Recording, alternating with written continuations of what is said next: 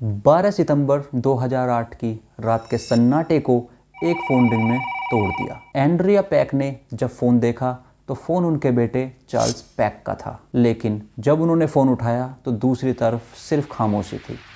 फिर एक रिंग बजी और इस बार चार्ल्स का फ़ोन एंड्रिया के छोटे बेटे और चार्ल्स के छोटे भाई क्रिस्टोफर के पास आया और एक कॉल आया एंड्रिया की छोटी बेटी लीज़ा के पास और लास्ट कॉल आया एंड्रिया कार्ड्स के पास, जो कि चार्ल्स पैक की फियोंसे थी। उन फ़ोन कॉल्स में एक बात कॉमन थी, दूसरी तरफ सिर्फ खामोशी। अब आप मुझसे ये बोलोगे कि इसमें अजीब क्या था, नेटवर्क ग्लिच भी तो हो सकता था। लेकिन अजीब बात यह थी कि उन फ़ोन कॉल से कुछ घंटे पहले कैलिफोर्निया के एक ट्रेन एक्सीडेंट में चार्ल्स पैक की मौत हो चुकी थी और ये बात उसके पोस्टमार्टम में साबित हुई थी कि उसकी डेथ ऑन द स्पॉट हो गई थी। तो सवाल अब ये उठता है, वो फ़ोन कॉल्स कर कौन रहा था? कौन था उस फ़ोन कॉल के खामोश किनारे पर?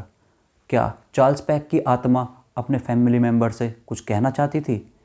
इस वीडियो में आओ इसी सवाल का जवाब ढूंढते हैं। ऐसा इंसिडेंट चार्ल्स पैक का एक लौता इंसिडेंट नहीं था, बल्कि 1960 के बाद ऐसे कई इंसिडेंट्स सुनने में आए। कई फैमिली मेम्बर्स ने ये क्लेम किया कि उनके पास उनके फैमिली मेम्बर का मरने के बाद कॉल आया। उस वक्त के अखबारों और मीडिया हाउसेस ने इसे एक हॉन्टिंग मिस्ट्री बना दिया और धीरे धीरे लोग इसे phone call from the dead के नाम से जानने लगे। कुछ लोगों का मानना था कि ये सिर्फ एक कोइंसिडेंस नहीं था, बल्कि जाने वाली आत्मा अपने चाहने वालों से एक आखिरी कनेक्शन इस्टेब्लिश करने की कोशिश करती थी और फैमिलीज के लिए एक साइन था आफ्टर लाइफ का, जैसे वो आत्मा उनसे कह रही हो कि हम अभी पास में हैं। और यहाँ से एक सुपरस्टिशन डेवलप हुआ कि फैमिली मेम्बर्स को ऐसी कॉल इग्नोर नहीं करनी चाहिए, क्योंकि ये जाने वाले का एक फाइनल गुड बाय भी हो सकता है। और इतना ही नहीं, इस फिनोमेना पर कई रिसर्चर्स ने भी काम किया,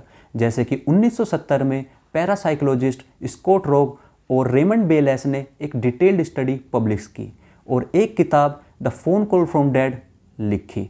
उन्होंने डॉक्यूमेंटेड केसेस, फैमिली रिपोर्ट्स और विटनेस स्टेटमेंट्स को कलेक्ट किया और ये कंक्लूड किया कि बेशक साइंस इसे एक्सप्लेन ना कर पाई हो, लेकिन ये एक पावरफुल इमोशनल एक्सपीरियंस था। और एक ऐसी ही स्टडी 2018 में यूनिवर्सिटी ऑफ नॉर्थहैम्पटन की सोफी मोरिसन ने की। उन्होंने कंक्लूड किया कि जब लोग ऐसे फ़ोन कॉल्स या ड्रीम्स एक्सपीरियंस करते हैं तो वो उन्हें एक सेंस ऑफ क्लोजर देता है और उनकी लोनलीनेस को कम करता है।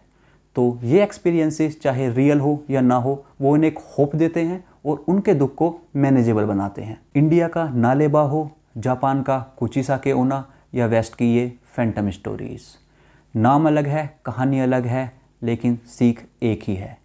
इंसान अपने डर और दुख से डील करने का कोई ना कोई तरीका निकाल लेता है, कभी साइंस के जरिए या कभी सुपरस्टिशन के जरिए।